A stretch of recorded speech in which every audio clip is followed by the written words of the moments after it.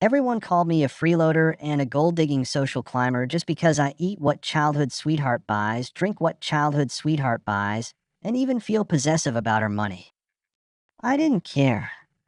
After all, a responsible woman with a strong sense of duty should buy cars and houses for her man and hand over her savings. Is that such a high demand? As the saying goes, a woman who's unwilling to spend money on you isn't worth having. I'm a gah. If I'm not after her money and not after her body, then what exactly am I supposed to want from her? However, just as I was once again gaslighting childhood sweetheart into spending money on me, the next second, rows and rows of bullet comments suddenly floated before my eyes. They read, "This is enough.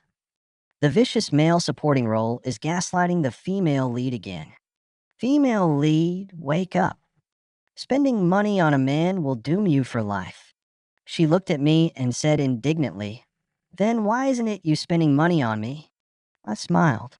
"Because spending money on women dooms you for life." The bullet comments exploded. "George, you're using my own magic against me." Some others wrote, "This is turning the world upside down." And more bullet comments said, "Everyone just hang in there a little longer. This vicious male supporting role will get his retribution. The male lead has already transferred to the female lead school. When the time comes, the male lead will domineeringly protect his wife, and the vicious male supporting role will die miserably." Hashtag Chapter 1. The moment I saw the bullet comment, I was scared half to death. The rest of my sentence got stuck in my throat. Willow lifted her eyes and looked at me, cheeks puffed in anger. After a moment, her beautiful brows knit together, and there was a trace of indignation in her voice. She said, "George, can you stop reading all that toxic relationship crap? You think every holiday requires a money transfer. You've gone too far. I'm done arguing. I'm going out tonight to hang out with my friends. Stop bothering me." In the past, if I had heard something that willful, I would have lectured her for ages. Going out at night to party with friends? What kind of girlfriend already supposed to be settling down still only thinks about having fun? Wouldn't it be better to use that time to take a few more food delivery orders and earn me some extra money?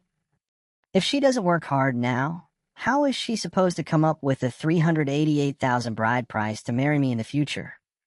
But this time, I glanced at Willow's restrained yet displeased expression and thought about my own miserable ending. I swallowed nervously and quickly responded with an I said, "Then go ahead." Willow didn't look happy at all. Instead, her face darkened. She frowned again and said, "It's just a few of my friends. An all-girls gathering. Can you stop being so paranoid all the time?" I froze. Every time Willow secretly went out to meet her friends behind my back, I would blow things out of proportion. I'd accuse her of going out to mess around with her shady so-called friends, and I would even call them one by one to confirm whether any men were attending. I couldn't help it. I have an extremely strong need for control. I don't allow my girlfriend to have any contact with other men. I even made her delete every male contact from her phone. What's wrong with that? I'm just an insecure and overly sensitive guy. She's a grown woman. She should be more tolerant of me. But she never changed. At least today, she had improved a little and even took the initiative to explain. My tone softened a bit, and I sincerely hummed in acknowledgement again. "I know. Go ahead." Willow's expression turned even uglier. She took a deep breath, pressed her lips together, and said in an anxious tone, "I'll wear a coat, okay? And I'll add a black turtleneck sweater. I promise not even my neck will show. Is that enough for you, George? Don't push it." I glanced at the weather in confusion. It was summer, 24 degrees. Wouldn't she be hot wearing that much? I quickly waved my hands. "No, don't. It's warm out. Dress light." Willow's face looked terrible. She clenched her fists and said angrily, "George, you're ruthless. If I'm not going, then I'm not going." I was completely baffled. Wasn't I the one encouraging her to go this whole time? Willow stormed out, slamming the door behind her. Before leaving, she finally snapped and shouted at me, "George, your need for control is suffocating. Just you wait. One day you'll pay a painful price for your possessiveness." Hashtag Chapter 2. Willow's words turned out to be prophetic. My retribution came 3 months later. I was smashed to pieces by a truck. After reading all the bullet comments, I finally understood. It turned out I was living inside a sweet romance redemption novel. Willow was the female lead. I was the vicious male supporting role who had grown up with her since childhood, her so-called childhood sweetheart. I was filled with a pathological possessiveness toward her. Because Willow had a love-brain personality, someone who loses herself completely in relationships, she had been constantly gaslight by me. Then the sunny, cheerful male lead appeared. Willow's heart wavered. She gradually grew tired of my control. But I still refused to change my bad habits and continued treating her like a man, roughing her up emotionally and ordering her around. When the two of them fell deeply in love, I burned with rage. I started targeting the male lead like a madman and punishing the female lead, doing everything I could to keep them apart. After I framed the male lead once, Willow completely cut ties with me. She even reported me to the principal and teachers, which got me expelled in disgrace. And when it rains, it pours. The Ito family wasn't pushovers. The male lead personally brought people to smash several stores under the Wong family's name, and his older sister set a trap for my family in business dealings. She dug a financial pit so deep that we went bankrupt overnight. My studies were ruined. My life was in shambles. I fell into depression. When I saw the news of the male lead and Willow's engagement, I was dazed. I failed to dodge the large truck speeding toward me. I died on the spot. My whole world collapsed. It was clearly summer, yet I felt as if a bucket of icy water had been poured over my head. My hands and feet turned cold as though I had fallen into an ice cellar. I admit it, I seriously have issues. For example, because of my insecurity, I wouldn't allow her to talk to other men, nor would I allow her to have any male friends. Sure, I had female buddies myself, but that was different, wasn't it? There was nothing but pure friendship between me and my female buddies. But she was so beautiful, with a figure like a young model. Who knew whether she'd go out and flirt with some guy? And another thing, whenever she had free time, she would binge dramas or fangirl over celebrities. I would stand beside her and nag, telling her she was already an adult and shouldn't just spend all her time watching shows and chasing idols.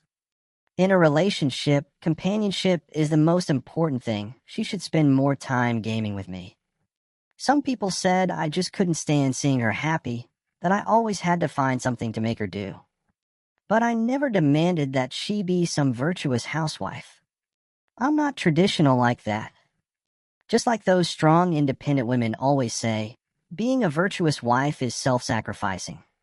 So what's wrong with me wanting her to be ambitious and responsible? Wasn't I pushing her to improve herself? Wasn't I doing it for her own good? Yet she never appreciated it. She even tried to reason with me. She completely failed to understand that a home is a place for love, not logic. But when I thought about my ending, and about the harsh words Willow had thrown at me before she left, I shuddered in fear. Her ambition was not worth even 1/10,000th of my life. George, your damned need for control. You have to stop. Hashtag Chapter 3. I had nightmares all night. Bloody scenes of being brutally tormented by the male and female leads filled my dreams. When I went downstairs and saw Willow standing coldly at the door, I instinctively took a step back. Just as I was about to pretend I hadn't seen her, Willow suddenly leaned closer. She reached out and hooked her arm around my neck, her slender, pale fingers adjusting my collar. I stared at her blankly. Willow rolled her eyes at me. Then she took out eggs, milk, and steamed buns from her bag and said impatiently, "Breakfast." "Eat." I hurriedly took it from her.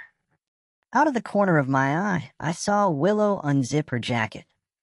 It revealed a white camisole underneath and a small stretch of delicate, beautiful collarbone. By reflex, I was about to start nagging again. But when my gaze met Willow's icy eyes, I almost slapped myself. I had promised to stop. I forced myself to look away. Willow deliberately tugged her collar lower and in a relatively calm tone reminded me, I didn't zip up my jacket. I was a little confused. The bullet comments were confused too. One comment read, "What does the female lead mean? Why specifically point out that she didn't zip her jacket in front of the vicious male supporting role? He's only going to scold and gaslight her." Another said, "Here's a joke. Don't tell me she did it on purpose, wanting to be scolded by the vicious male supporting role. Did you eat poisonous mushrooms or something? The female lead is proud and has high self-esteem. She hates being humiliated.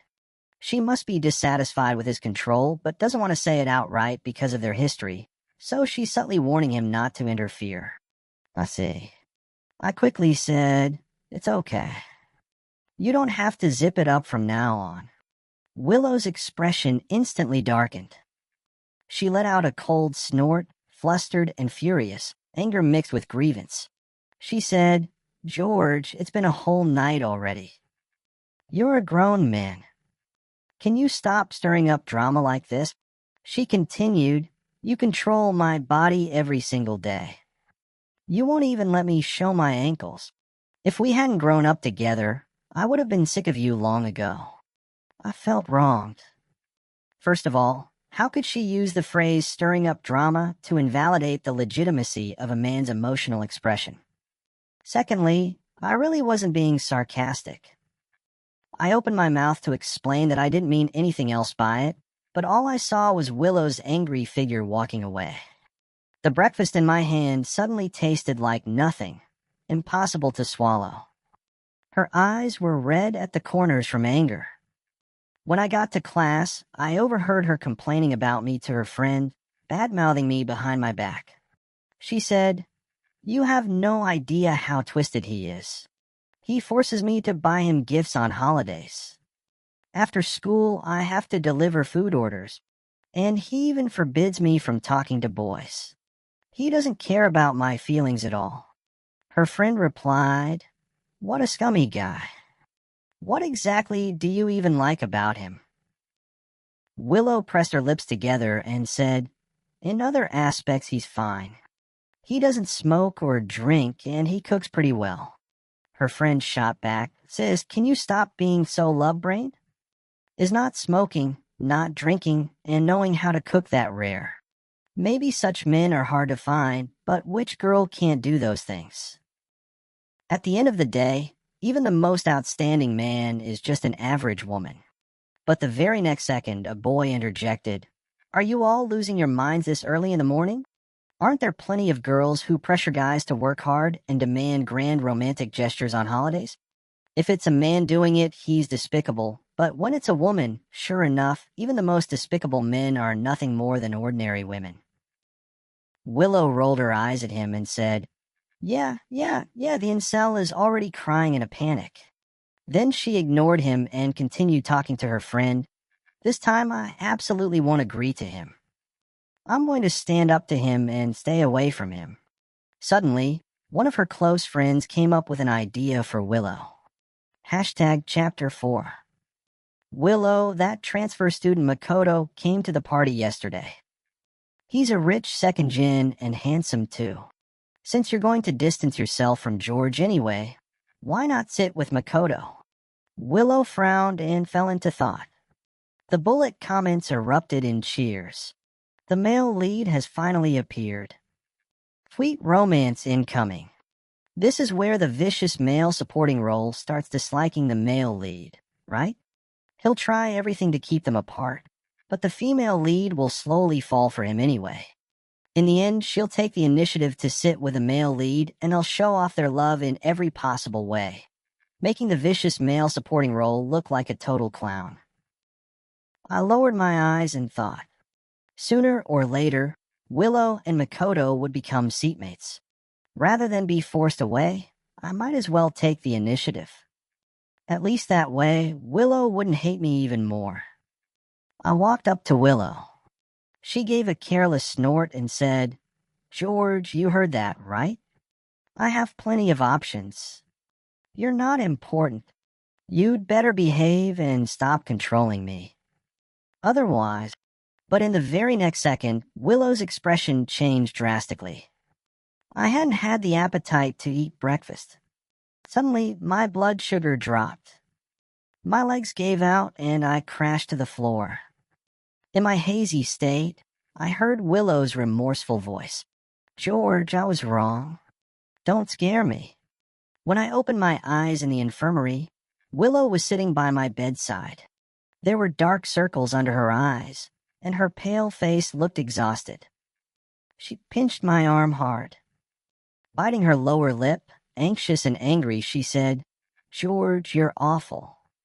You skipped breakfast on purpose just to punish me.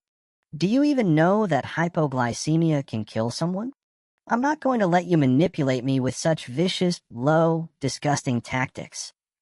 Willow crossed her arms and rolled her eyes at me. Hearing that, I was just about to yawn, but I forcibly stopped myself. My eyes grew slightly moist. I was about to explain when Willow snorted again. "What are you doing? You're a grown man. Why are you crying? I can't stand you." "Fine, fine, I'll agree, okay? I'll work hard to earn money. I'll only sit with you, and I won't go to those sketchy gatherings anymore. Is that enough?" My stretching motion froze midair. Wait, is this right? Chapter 5. I did everything I could to change the twisted image of myself as the vicious male supporting role. I tried hard to restrain my need for control. I stopped constantly brainwashing Willow with the idea that women should work hard and support men. When Willow came to see me, I no longer checked her clothes for stray hairs from some other guy. I even secretly threw away all at once the little tools at home that I used to punish Willow when she wasn't obedient: candles, belts, ropes, and the like. Willow noticed my changes, yet she let out a scornful laugh and looked at me with disdain. "A new test tactic," she sneered. "I won't fall for it again." I felt stifled but had no way to defend myself. I had a prior record. Once I pretended not to care about Willow, but it was just bait. After she asked a top student for help with her homework, I severely punished her. As if to avoid falling into another trap, Willow behaved impeccably afterward. She didn't talk to boys, didn't interact with them, and went home early every night. The only time she went out was secretly to wash my clothes and cook for me. In the height of summer, Willow worked part-time in the cafeteria. Yet she wore 3 full layers of clothing, covering herself from head to toe. The only exposed part was her flushed cheeks, damp with sweat. Moisture clung to her long, thick eyelashes. Her gentle brows and eyes were soaked in a humid red tint. Already strikingly beautiful, Willow now looked even more alluring. At noon, when it was time to get food, the cafeteria was stifling. Willow was drenched in sweat, so overheated she seemed dazed. Her friend urged her to quit. She refused. "I don't want to disappoint George." Her friend told her to take off a few layers. She refused again. "If I do, George will scold me." Willow shook her head. Watching her endure the sweltering heat, I was overwhelmed with guilt. I realized just how excessive I had been before. No wonder Willow would eventually choose the male lead. I walked up to her and softly tried to persuade her. "Willow, you're clothed." My words were abruptly cut off. She puffed up in anger. 3 layers still aren't enough? George, don't push it. I froze and quickly tried to explain. Just then, a tall boy, 188 centimeters, wearing a luxury watch and designer brands, suddenly appeared beside Willow. His tone was filled with disgust as he stood up for her. George, are you a fucking animal? What kind of man makes a woman do all this work? I seriously look down on you. If you can't even provide for your own woman, then step aside. There are plenty of better men who'll treat her right. My gaze landed on the man's fair, clean-cut face. The bullet comments flickered excitedly, reminding me. This was the male lead. Hashtag Chapter 6. The bullet comments flooded in, the male lead cutie has finally appeared. Starting off with a redemption scene. Won't the female lead be so moved she'll devote herself to him? He's seriously so handsome. The vicious male supporting role thinks no one dares mess with him because of his family background, but our male lead isn't afraid at all. Another comment read, damn it. The female lead has been bullied so badly by the vicious male supporting role lately. Male lead, hurry up and ruthlessly teach that scumbag a lesson. Protect our baby. Willow lifted her eyelids and glanced at Makoto, who had appeared out of nowhere, as if sizing him up. Makoto turned around and greeted her with easy familiarity. Willow, you've been busy so long and haven't eaten yet, right? How about this? Would you do me the honor of letting me treat you to a meal? He curled his lips into a faint smile. For no reason, discomfort rose in my chest. But Willow nodded and casually adjusted her clothes. In a soft voice, she said, sure, but maybe some other time. I've been working a lot of part-time jobs lately. I still owe George $500 from last month. Makoto frowned. You owe him money? Willow replied, yeah. I only made $500 last month. I was short $500, so I owe him $500. Makoto stared in shock.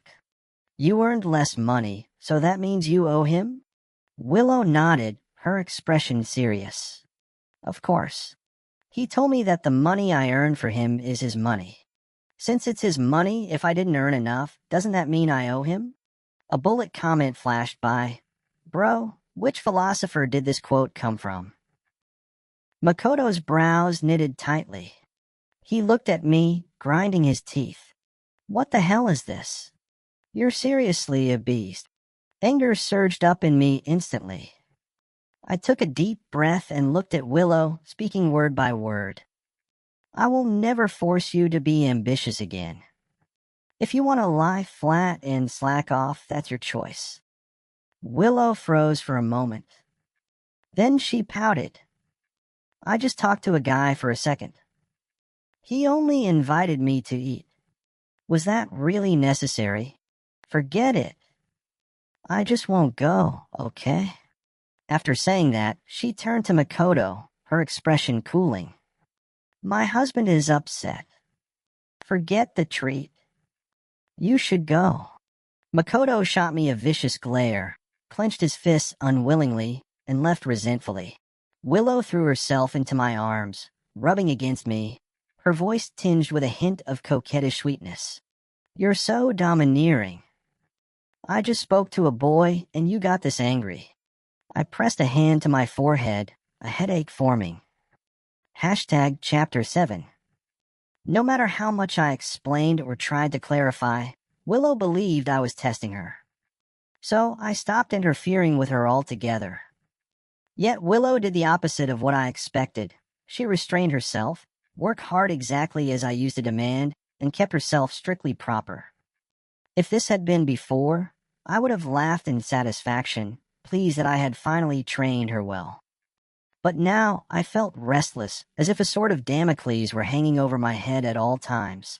In the original story, it was precisely because my need for control intensified day after day that I monitored Willow more and more strictly. Under that kind of high-pressure environment, coupled with my constant attempts to stop her from secretly meeting the male lead, Willow eventually developed hatred toward me, and in the end, decided to destroy me. And lately, I don't know if it's just my imagination, but it feels like Willow has grown increasingly dissatisfied with me. The looks she casts at me in secret seem especially gloomy, resentful, and full of grievance. So when the male lead, Makoto, secretly came to see Willow, I pretended not to notice. In reality, I turned on the surveillance camera. Makoto leaned closer to Willow. Willow immediately stepped back to maintain distance and stared at him coldly. Makoto looked a little awkward. He took out a cup of milk tea and said ingratiatingly, "You wouldn't let me treat you to a meal. Surely you won't refuse a cup of milk tea?" They were classmates after all. And Makoto's family, if you traced it back, had quite a bit of history with the Liu family. Willow Liu hesitated and said shyly, "It's not that I'm refusing. It's just that George and I have been in a Cold War lately. It's so annoying." Her tone sounded rather aggrieved. Makoto frowned and asked considerately, "Does he treat you badly?" That question hit the mark. Willow's eyes instantly reddened. As if a floodgate had opened, she began complaining. "George is a possessive freak. He controls me so strictly, and lately his demands have become more and more excessive. No matter what I do, he's never satisfied. And he keeps giving me the cold shoulder." Makoto smiled faintly with satisfaction. He moved closer to Willow and patted his shoulder. "It's okay, Willow. If you feel wrong, just cry it out. You can lean on my shoulder." Willow leaned against Makoto's shoulder and burst into tears. "Isn't what I've done enough? I don't talk to boys. I keep my distance from other men. Every day, I seriously study the manipulative duck soup relationship quotes he shares with me. He even once said that where money goes, love follows, so I work 3 jobs every day just to earn money for him to spend. But he won't even directly tell me what I did wrong. Fine, whatever. But he doesn't even use belts or candles to remind me anymore, and he even took away my favorite handcuffs. Don't you think he's going too far? He must think I don't dare resist him. In his eyes, I'm not even as good as a dog." Tears streamed out of her eyes, and sobs like a resentful wife trembled in her throat. Makoto fell into a strange silence. He quietly clenched his fists, took a deep breath, and forced out a smile. "Willow, this is a new era now. What George is doing to you is oppression and exploitation, feudal leftovers. It's wrong. You can resist him.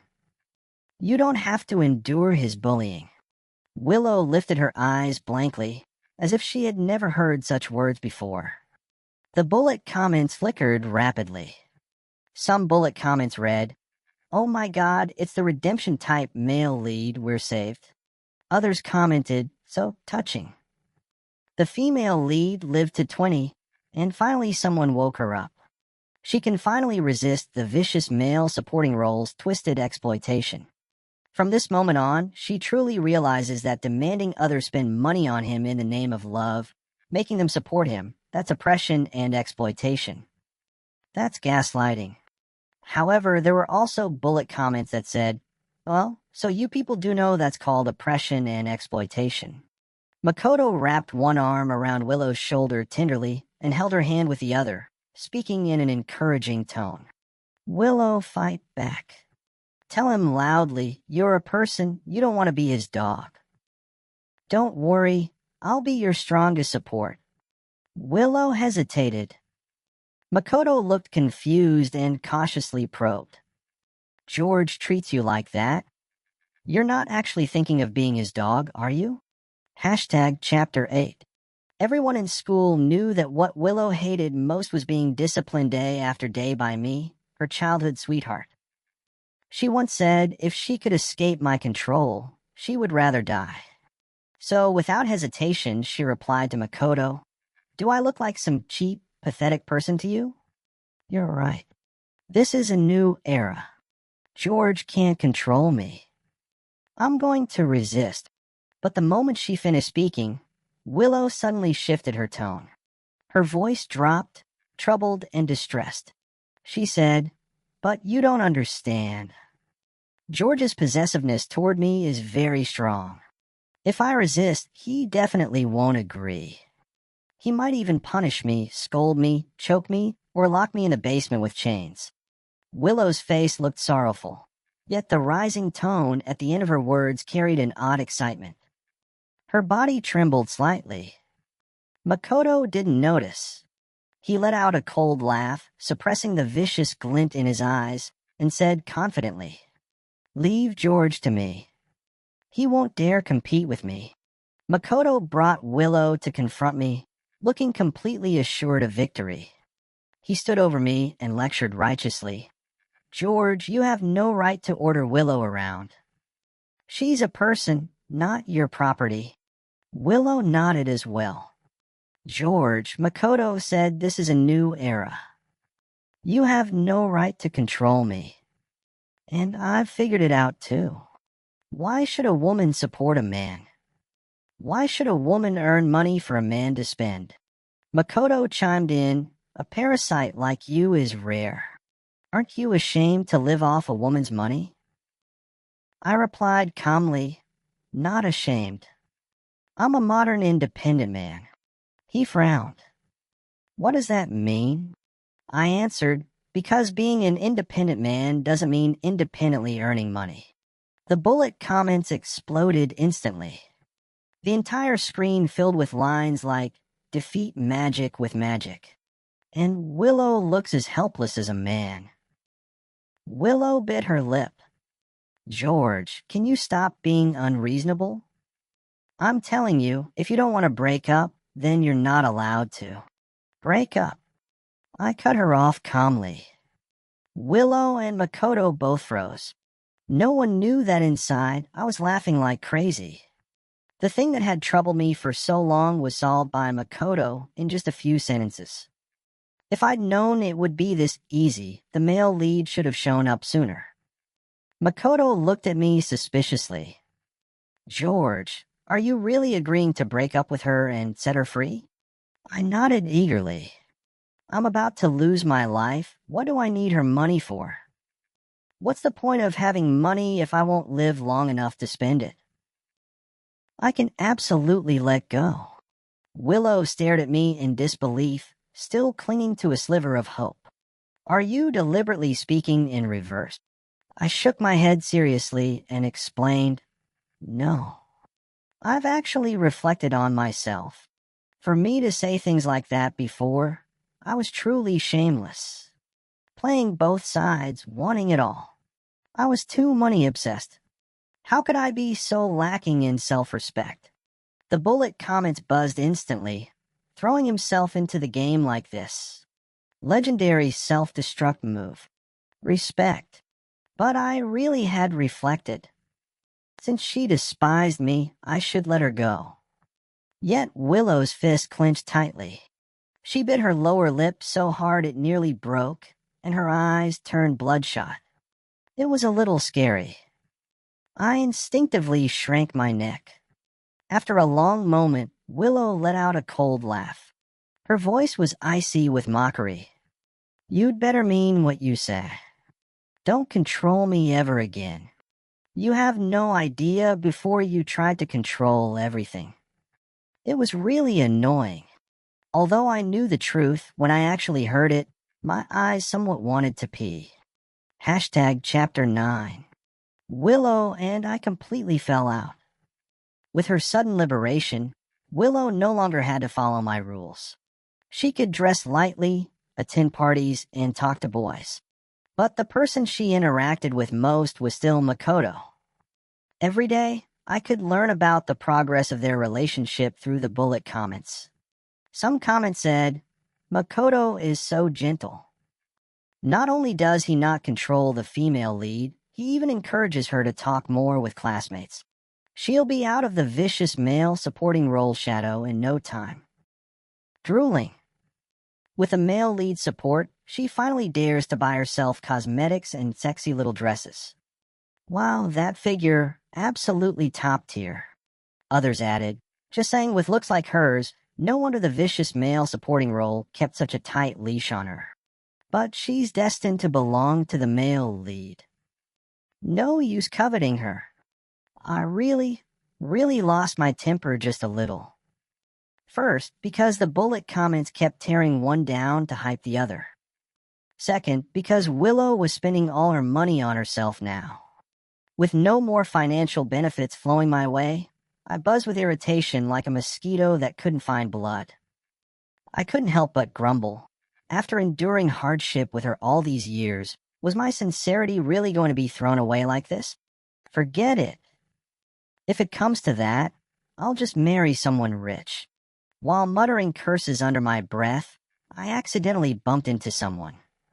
When I looked up, I froze. Clear eyes, delicate features, tall figure. The kind of presence a professional model would have.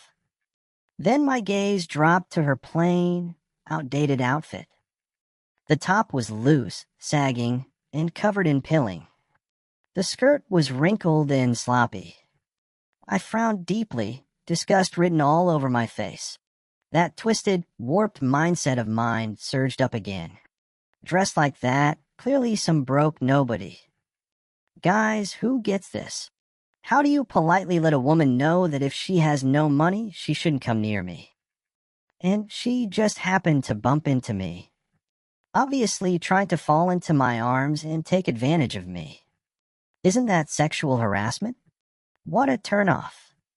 But then I reconsidered. With that kind of looks, did she really need to harass me? For a moment, I genuinely couldn't decide. After hesitating for a while, I asked her directly. The woman was stunned for a second, then laughed softly and shook her head. Her attitude was so gentle that as the vicious male supporting role, I couldn't help but push further. I immediately lectured her. Even if you didn't sexually harass me this time, you'd better be careful. Don't go harassing other people. Haven't you studied law? Lawyers have said that whether something counts as sexual harassment depends on the victim's feelings. The woman blinked and nodded obediently. Could you teach me then? Maybe we could exchange contact information. Ever since the bullet comments appeared, I hadn't followed my impulses to discipline Willow. My hands were itching. Now that Willow had gone with Makoto, I didn't plan to discipline her anymore.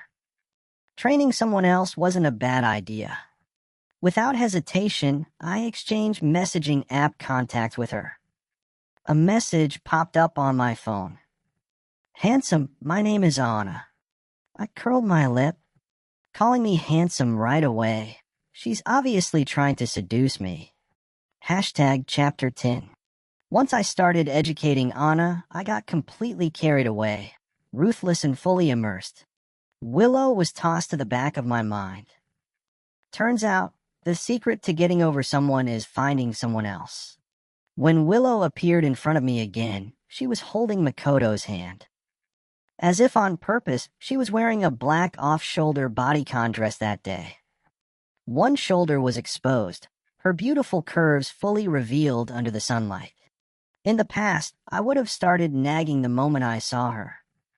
But after glancing at Makoto beside her, I held back. A vicious male supporting role interfering with the male and female leads? That's basically asking to die. I had promised Willow I would never discipline her again. Besides, she and the male lead had been entangled for so long by now, whatever was supposed to happen had probably already happened. What was there left for me to dwell on? I lowered my head and walked past her as if I hadn't seen anything. Willow's expression instantly darkened. She suddenly sneered.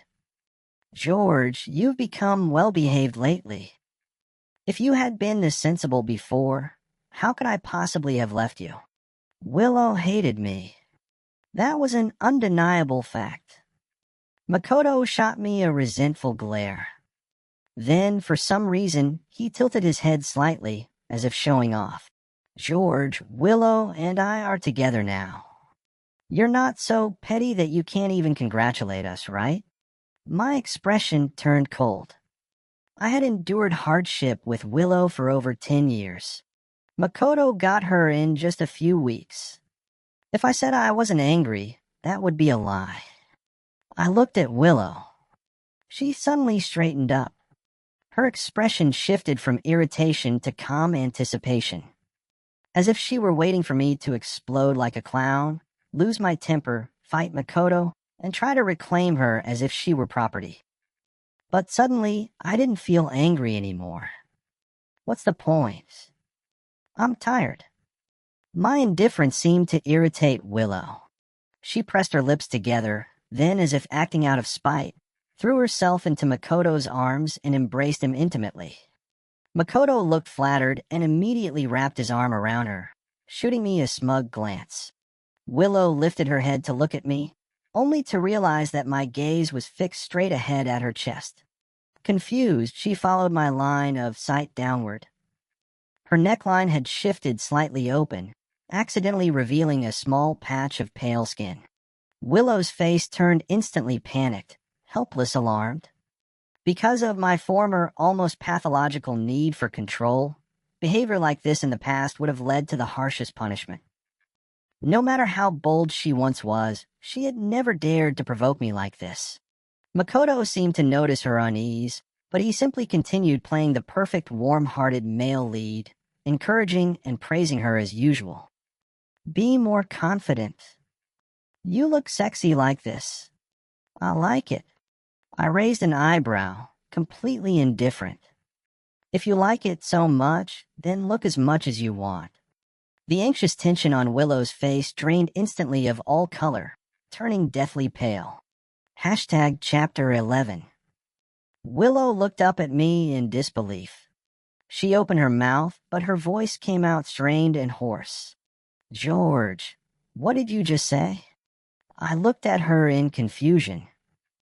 I couldn't understand why she was wearing the expression of an abandoned little animal. Patiently, I repeated myself. Willow's face turned ashen. She hurriedly tried to explain. George, that's not what I meant. I was just acting out of spite. I just wanted to make you jealous. I raised my hand to stop her anxious words. Sighing, I said, At this point, does it even make a difference? You know what they say, when a woman doesn't value herself, she's like spoiled cabbage. Willow froze in place, as if she had been left standing in a snowstorm. Just then, Anna sent me a message. Husband, is it okay if I only wear this at home? Immediately after, she sent a photo. She was dressed lightly, wearing nothing but a pink cherry blossom apron wrapped around her body. Anna's figure was far better than Willow's.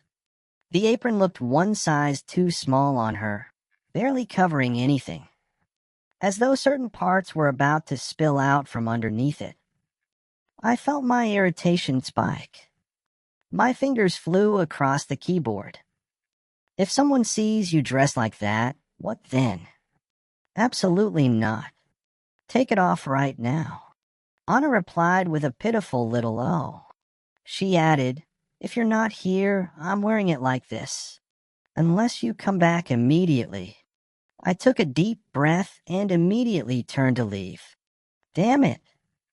I'll deal with her when I get back. Willow grabbed the corner of my sleeve, still explaining in a small, pitiful voice. Tears clung to the corners of her eyes, threatening to fall. Damn that fragile look. For a moment, I felt like she might shatter.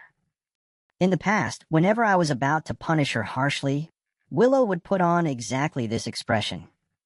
And every time, I would lose control and soften. Belts melted wax. I could never bring myself to actually use them on her. Willow had always known exactly how to exploit my weakness. But now, I had neither the mood nor the interest to comfort her. Without hesitation, I pried her fingers off my sleeve. Sorry. We'll talk next time. Willow stood there in stunned silence, staring blankly at the sleeve I had brushed away. Makoto shot me an annoyed look. Then he wrapped an arm around Willow's shoulders and comforted her gently. Willow, George is just a parasitic kept man, selfish and materialistic. What you two had was never love. Love is feeling indebted to someone, wanting to spend money on them. But he made you spend money on him. Willow, wake up.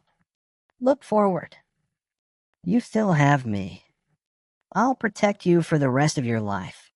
I'll let you spend all my money. The bullet comments appeared right on cue.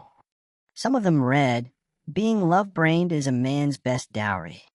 The vicious male supporting role should learn something. Stop only knowing how to take and demand. Others argued back. Right, love means always feeling indebted and wanting to spend money on the other person. So if the female lead loves the male supporting role, then spending money on him makes perfect sense. No problem there. More comments followed. The male lead is really rare, such a textbook guiding partner. He redeems and uplifts the female lead, slowly helping her walk out of the shadows. Unlike the vicious male supporting role, who only treats her like a dog he can order around. Sigh, how can I meet a man like that who'll uplift me too? She must be so moved right now. Male lead, hurry and confess. You'll definitely win her over instantly. Another comment floated by, the female lead has strong self-respect. After being humiliated like that by the vicious male supporting role, she'll definitely cut him off completely. From now on, she'll feel nothing but pure disgust toward him. Makoto, as if he could see the bullet comment himself, couldn't suppress the smug smile curling at his lips. He said, Willow, actually, I've liked you for a long time. Since things have come to this, would you be my girlfriend? He added, as long as you agree, I'll put the house and the car under your name alone.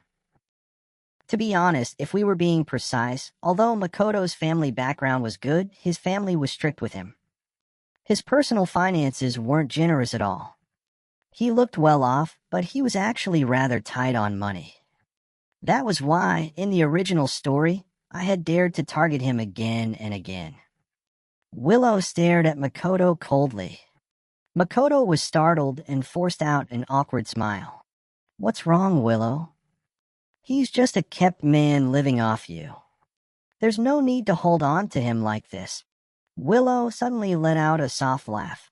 The next second, smack. Her palm landed sharply across Makoto's face. Her eyes were red, her voice trembling with emotion. You disgusting man. Who said I was dating you? Who gave you permission to lie to George? Be your girlfriend? Who do you think you are? You think you're worthy. Makoto's pupils contracted sharply. Chapter 12. I rushed home in a panic. Anna was already half kneeling at the entrance, looking up at me, her gaze gentle as water. Husband, you're back. I yanked off my belt and, fuming, started disciplining her. Several red marks instantly appeared on her delicate skin. Anna's brows knit slightly. She lowered her eyes, muffled sounds escaping her throat in broken fragments. I was startled, thinking I had hit too hard. I quickly crouched down, only to catch a glimpse of her tightly pressed lips and flushed, delicate face covered in a thin sheen of sweat. Her expression was filled not with pain, but pleasure. She looked at me in a bewitching way and said, Husband, I'm sorry. I don't understand the law. I sent you inappropriate photos and harassed you. You should punish me a few more times. My vision went dark. It felt like I had rewarded her instead. When I opened my eyes again, the bullet comments, now calmer before, were flying wildly across the screen. They read, Sisters, what is going on? Has the plot collapsed? The female lead actually slapped the male lead and wants to cut ties completely. You're only noticing now. I felt something was off for a while. Ever since the vicious male supporting role stopped disciplining her, the female lead hasn't smiled once. She's been walking around with a sour face like someone owes her $8 million. After he drew a clear line between them, It got even worse.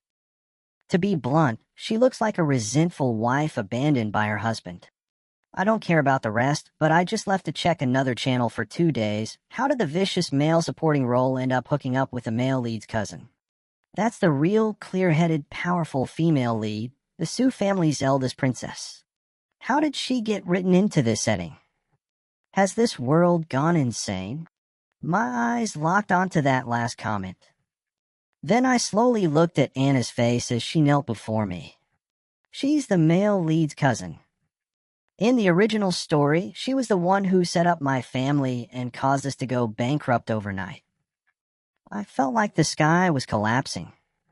Anna was now gently massaging my legs, her expression devout. I quickly stumbled back a few steps, panic flooding my face. Anna looked at me in confusion. "Master, have I displeased you?" I stared at her deeply. Could I tell her that in the future she would ruin me overnight and leave me homeless? She would think I had gone insane. I forced myself to remain calm. I pulled out a stack of cash and threw it to her. "I'm just bored of this. You can leave." I shoved the door open and ran, stumbling and scrambling. So frantically that I didn't notice the darkness that flickered across Anna's eyes in that instant. Chapter 13. I hid away and forced myself to calm down for several days. My phone was flooded with messages and missed calls. All of them were from Willow. But I had no energy to deal with that right now, because Anna seemed to have gone insane. No matter where I went, I would see her. At any time, anywhere, she would suddenly kneel down. Looking troubled and innocent as she told me, "Master, I don't understand the law again. Will you punish me?" If I still couldn't tell she was doing it on purpose, I'd be an idiot. Once again, Anna blocked me at the doorway. I felt like crying. She slowly knelt down, dressed conservatively from head to toe. "Master, don't avoid me. I am yours. Everything I have is yours: cars, houses, saving, even my company. I'm willing to hand it all over. You can discipline me however you like." Am I not better than Willow? My eyes widened. Anna even knew about Willow. Before I could speak, an eerie voice came from behind me. "Shameless woman. Who do you think you are, wanting George to discipline you?" Willow stepped out from the corner, her face twisted with jealousy. After just a few days apart, she had grown much thinner. Like before, she was wrapped up tightly. No, more tightly than before. She had never worn a collar in the past, always saying I was humiliating her. In my moment of distraction, the two of them were already fighting. Anna clearly had the upper hand. Willow quickly fell behind, yet she kept staring in my direction, her voice hoarse. "George, I was wrong. I shouldn't have gotten involved with Makoto. Please don't ignore me. I can't live without you. Please talk to me. I'll work hard and save up $388,000 as a bride price. I promise I won't let you suffer with me anymore. I'll give you happiness." I stood there dumbfounded, staring at them. The next second, before I could react, someone covered my mouth and nose. I was violently knocked unconscious and dragged away. When I woke up again, I saw Makoto's twisted, venomous face. Through clenched teeth, he snarled, "Why? I'm the male lead. Wasn't the script supposed to be that a simp gets everything in the end? Why are they both choosing you?" From Makoto's increasingly hysterical ramblings, I finally learned the truth. Makoto was an illegitimate child. That was why he had gone to such lengths to marry into the Liu family, to secure his position. When he saw the bullet comments and discovered that he was the male lead and Willow the female lead, he immediately transferred schools. He drove me away and believed that by groveling like a simp, he could win Willow's heart. But he hadn't expected that Willow would not only reject his confession, but actually despise him. Deep down, she looked down on him. Makoto hated me to the core. He wanted to drag me into the sea and die together.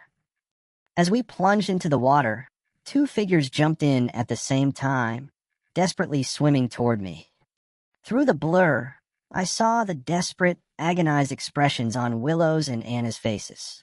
When I opened my eyes again, all I saw was a snow-white ceiling. Neither Makoto nor I had died. Makoto was sentenced to life imprisonment for attempted murder. I was severely injured and would have to stay in the hospital for half a year. Willow and Anna sat beside my bed, both looking worn and haggard. After a long silence, they spoke. "We're aware of what's going on with the plot. But we would never treat you like that, George. Can you give us a chance? We're willing to transfer all our assets to you. We'll even mark them as voluntary gifts. However you want things to be, we'll follow your lead." I swallowed. The two of them refused to give up no matter what. What a hassle. But then again, who would argue with money? No, who would argue with sincerity? The truth is, I'm a good man. All along, what I wanted was never money. What I wanted was just an attitude. I pressed my lips together and looked out the window. The spring sunlight was bright, greenery flourishing everywhere. A perfect season for forgiveness.